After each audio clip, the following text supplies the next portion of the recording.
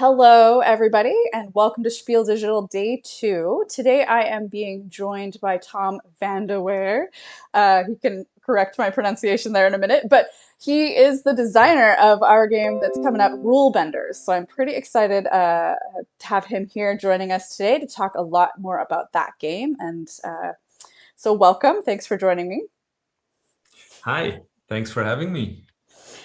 And we have a few questions today, so it's probably about 20 to 30 minutes here, but we get in depth. We are going to have this as a YouTube premiere, so it'll be linked to Spiel Digital, which is probably where you are all watching right now. But if you want to jump over to YouTube at any point, we will be monitoring the chat there to answer questions in the chat. Since this is pre-recorded, we won't be able to answer it here on screen. But if you have questions as you listen, we should be able to help you out on the day of, which is October 15th. All right, let's get started. So first of all, let's have you introduce your game, Rulebenders, to our audience for anyone that might have no idea about what this game is all about. So go ahead. Yeah, so Rulebenders is about it's a game, and you're playing the game in the game because you can bend the rules of the game. So it has seven important rules, and you can try to gain a majority on each of those rules. And when you have this majority, you can change it, you can bend it a little into your advantage. And this way you're going to try to win the game, of course, because in the end it's all about gaining victory points. um, so nothing new there, but it's kind of But how they're games chips, work which is kind of generally. fun. They're chips, yeah, that's something new perhaps, yeah. And the cool thing is that the chips can be used as a sort of a payment to activate your cards. But not only chips, you can also use your cards from hand, or the energy cubes, which are also a very important part of the game. So we've got this currency rule panel, and you can choose which one you're going to make active to make everyone pay with cards. When you're strong in cards and the rest isn't strong in cards, then that's a good one to change. But you need to gain the majority there, and that can be tricky too, because all players are trying to gain control, and not only by placing a cube on this rule panel, but also by playing their cards. And these cards come from four different theme decks. And there's also one general deck of cards, the Flexo cards. It's a deck which is always in the game to help you gain these items. So that's just one of the rules you're going to bend in the game. There's also one important one is the selection of the theme, because there can be only one active theme every round. And this one lets you play certain theme cards. So if you have theme cards from the pirate deck, but pirates isn't the active theme, then you can't really do much with them. You can perhaps pay with these cards for other cards you have to activate them. So there's a lot going on in this game. There's also card draw, the cubes you're getting at the beginning of the round. There's a hand limit, which is really important. There's exchange tokens, so you can exchange your items for other things. And of course, the start player, because at certain points you want to be the start player, but at other points in the game, perhaps you don't want to be the starting player. So that's one. So the one who gains majority on this rule panel gets to choose who is going to be the starting player. It's not going to be automatically him, um, but you have the choice. Mhm. So there's a lot going on there.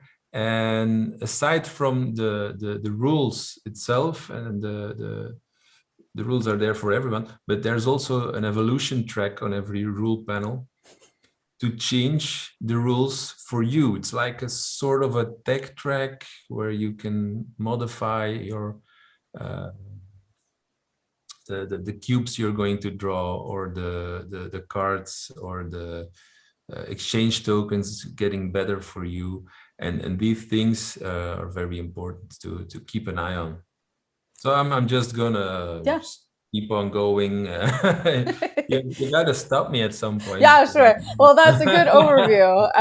There's definitely a lot going on in order to get the cards or the cubes down. But ultimately, once you learn what all the little nuances are, it's quite straightforward. You're either going to put a cube, play a card, following all the rules that have been No. set or will change, and then try to keep gaining those chips. Which, especially when the chips become currency, you might make players bleed chips and points in order to be able to even continue doing things in the game. So I think that's pretty neat. Yes.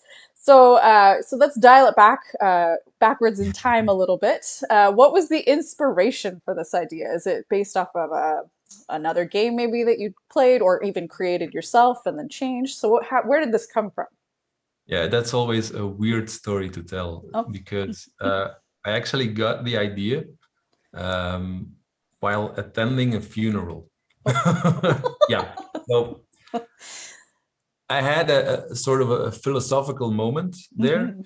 and I was thinking, life is like a game in which you don't know all the rules, and then I got me started, and I was thinking, you know what, that would be a nice idea for a game.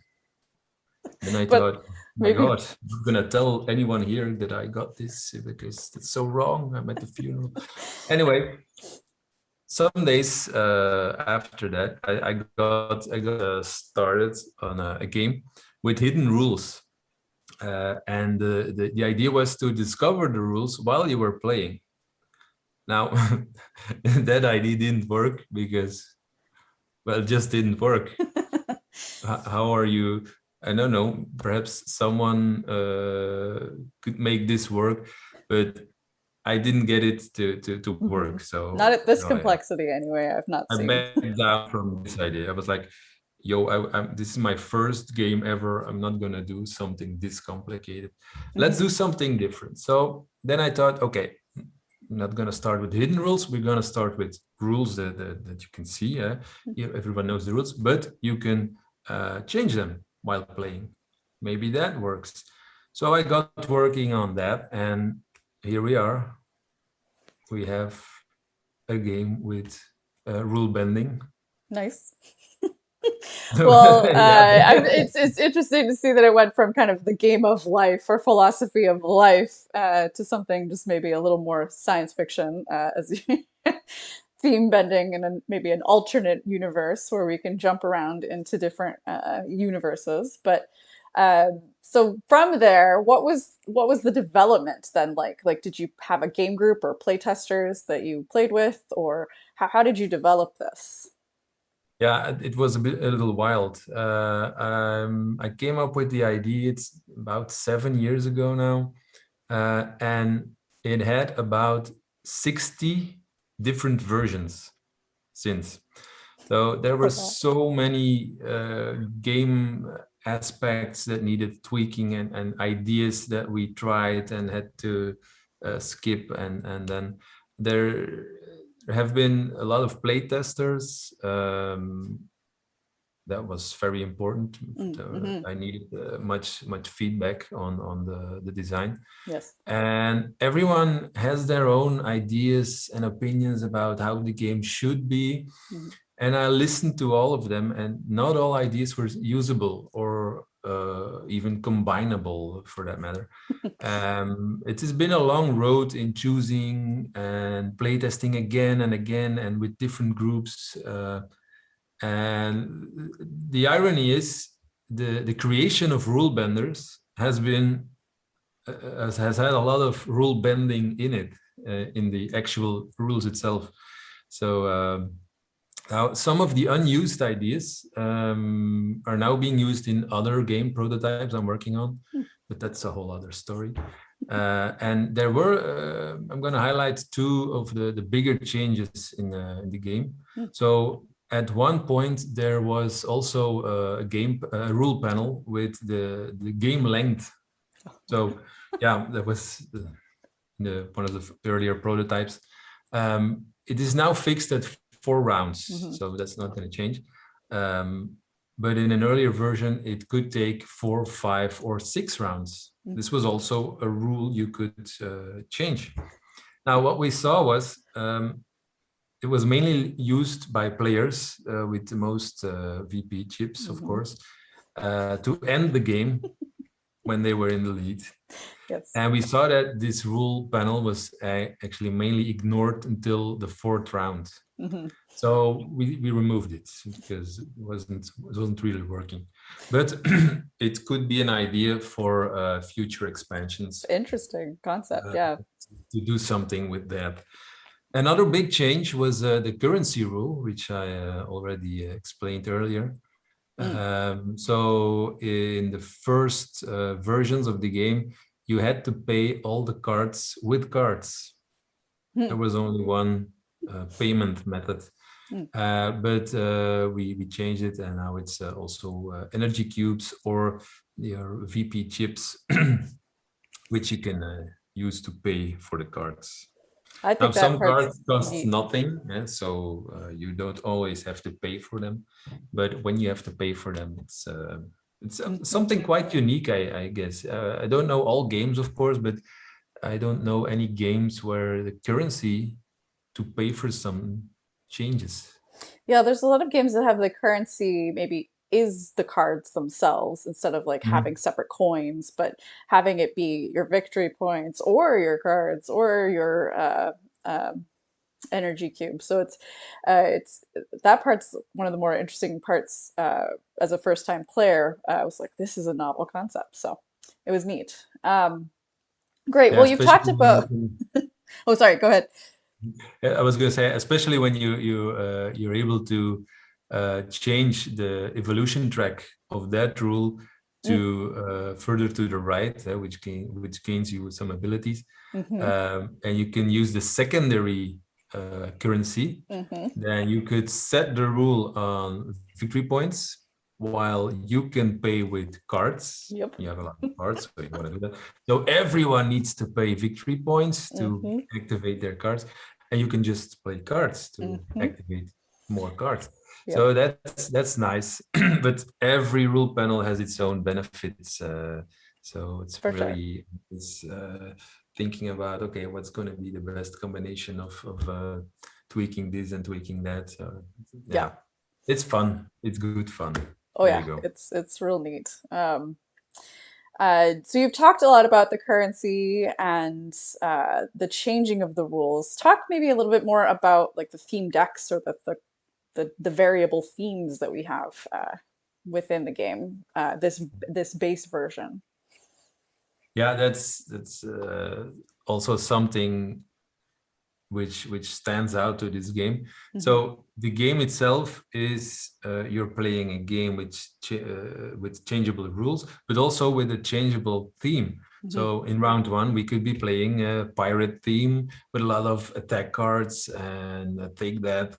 And then round two, it's going to be a little more easy, chill with the space theme Hmm. or another theme which is more into boosting yourself and not really being aggressive towards the other players. Hmm.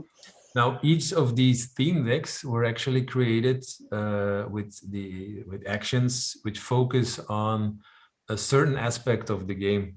Some focus on gaining items, others on manipulating the evolution tracks. Some are very aggressive, focus on attacking other players. There are multiple aggressive themes, but they all focus on different ways to counter or attack the other players. And the nice thing is you got your 6 themes with the game, 7 for some who Hmm. have also backed the extra Game Brewer theme. And this makes that you can always only choose 4 of them to create your game, to create your setup. So you're always playing with different combinations. Hmm. And not all the cards are going to come out in a game. It may be that 1 or even 2 of the themes are completely ignored because players are making making it stay on one or two themes, while you're thinking, oh, you know what, in a few rounds it's gonna be the prehistory deck, and I'm gonna do this and that, and then it doesn't happen. So you can think at the start of a game, oh, I'm gonna do this and that, but you need to activate the right themes, and you need to get the right cards in your hand. So you never know how a game is going to be. It's always something different, and the nice thing. The replayability is very high, and also the interaction, of course. Yeah, I really Now, like that you can customize the level of play because I definitely have friends I want to play with like the nicest, if you will, themes, kind of the calmest combination. But if I'm playing personally with kind of my normal game group, we're going to be picking the most combative uh, themes, the pirates and the zombies and the just get really mean on top of the area control that the game already has built into it with the energy cube. So no, it's yeah, I like that variable combination of themes. yeah. It's quite Yeah, interesting. you can actually attune your setup with the personality of your gaming Hmm. group. Yes. Like you say, if you have a group with people that like to really attack each other Hmm. constantly, high grades of take that actions and that, well, so you're gonna choose all these aggressive themes and put them in there. On the other hand, if you want to play a friendly family game with the kids and they don't like it when their cubes are getting vaporized on some rule panel, and you don't want to have these flip the table situations, then you Hmm. just pick the low aggression friendly themes and have a nice game. uh, For sure. that's yeah, that's one of the, also one of the nice things of the game. Yeah. Well, what's your personal favorite strategy when you play? Well, what do you like to do? Like, what's your, how do you win? Well, the thing is, there isn't really one big strategy to win the game, True. because, as I said, there's always different cards coming out, and the combination of the different themes Hmm. always make different combos, different possibilities for combos. So I don't have a big strategy plan or something, but I do have some interesting tips. Hmm. Um, like, it's always a good idea to have flexo cards in your hand. Hmm. This is Yes. the general deck in the center, because you can always play flexo cards, and flexo cards are not meant to really go interactive with other players, but to gain items Hmm. in very different ways. And these can score you these items, and at some points in the game, it can come in really handy to have extra cubes or extra cards, or just gain extra victory points. And that's another thing. When I play this with several people, I always see that people are really getting into the game, and they want to pay 2 or 3 victory points to play that one card, to mess up the other one's strategies. But they seem to forget about one thing. In the end, you need these victory points to win. So Sure. they're like, oh, victory points here and there, and yay, I can play this card, and haha. But then in the end, it's, oh, where are all my victory points? Oh Whoops. yeah, I used them on those cards. So I had big fun, but no points. But yeah, there you go. Yeah. So next time, try to at least keep some of the victory points Yes. you worked so hard on to get. That kind of goes into my next question because we've already touched on it. But like, what do you Wait. hope? Oh, There was one yes. other I had. So also keep an eye on your dashboard cards and the ones from the other players, Hmm. because uh, sometimes you just forget you have these cards which you played in the previous round, Hmm. which also gains things, or interacts with other players. Yeah, because your Um, dashboard cards are the ones that are remain in play face up. these The rest of them are you're kind of taken getting for the rid rest of. of the game. So that's really important to keep an eye on those. Yeah, I and always the other forget the they dashboard have a card. defense card, and you're playing an attack card, Hmm. then you just know, okay, I'm not gonna target my attack card on that player because you're just gonna use his defense card and nothing happens. But you don't have a defense card, or not that I can see, so I Right, target you, haha. And then he plays one from his hand, and right. you're like, ah, okay. But that's part of the fun. That's it. That's For part of the sure. fun. Yeah. Yeah, yeah. So what I was going to interrupt you with, sorry, is what do you hope people are going to play from this? And you had already mentioned that they should remember to uh, collect victory point chips. But what other Yeah. things can players learn as they play repeatedly?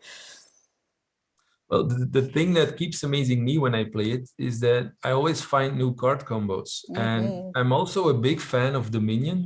Yep. Uh, I have like all the expansions. And you can always find new ways to interact with other players or to gain your victory points. And I think that's the true virtue of the game. It's Yeah. replayability and the interactivity with other players. Yeah, especially since all So themes aren't even in play in any given game or even active in any given round. So, yeah, for yeah, sure. so trying to find new combos every time you play it, Hmm. that's the true fun of the game, actually. For Yeah. sure, for sure. Well, I think that's most of what I wanted to know about the game itself. The last question is one I always like to ask for Game Brewer, and that is what your personal favorite type of brew is. Be it is it a coffee or a beer or a potion? What was your Well, favorite brew? I do like my coffee, but Ah, nice. what can I say? Beer, of course. Ah, The Belgian beers. I haven't tried any potions yet. oh, Not sure what but them. specifically Belgian beer. That's Yeah. I'm Now, there's many. so much variety in Mhm. Belgian beers. There's spicy beer and beer with a lot of hops in it, fruit beer and sour beers, and I'm not really a fan of those two last types, but there's a lot of variety. And I'm going to tell you a secret about Belgium. Ooh, excellent. Us sneaky Belgians, we don't export our finest beer. We keep Oh. it for ourselves, of course. So if you want to drink really good stuff, the really good stuff in beers, you just have to visit Belgium. Oh, I think that's one reason out of many that people Out of could have many, to visit Belgium of for course. sure. So, well, thank you very much for joining me and talking all about Rulebenders. For those of you watching at Spiel Digital, uh, we are offering pre-order discounts on these games. We only had a very small number of retail editions available.